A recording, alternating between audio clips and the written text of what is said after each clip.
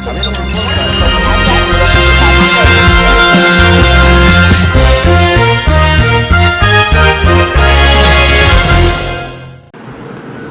બાવળામાં શ્રી રામ નવમીના દિવસે હિન્દુ વિકાસ ટ્રસ્ટ અને તમામ હિન્દુ સંગઠન દ્વારા ભગવાન શ્રી રામની નગર યાત્રા એપીએમસી માર્કેટથી નીકળી મોટી સંખ્યામાં જય શ્રી રામની ધૂન સાથે શોભાયાત્રામાં જોડાયા હતા।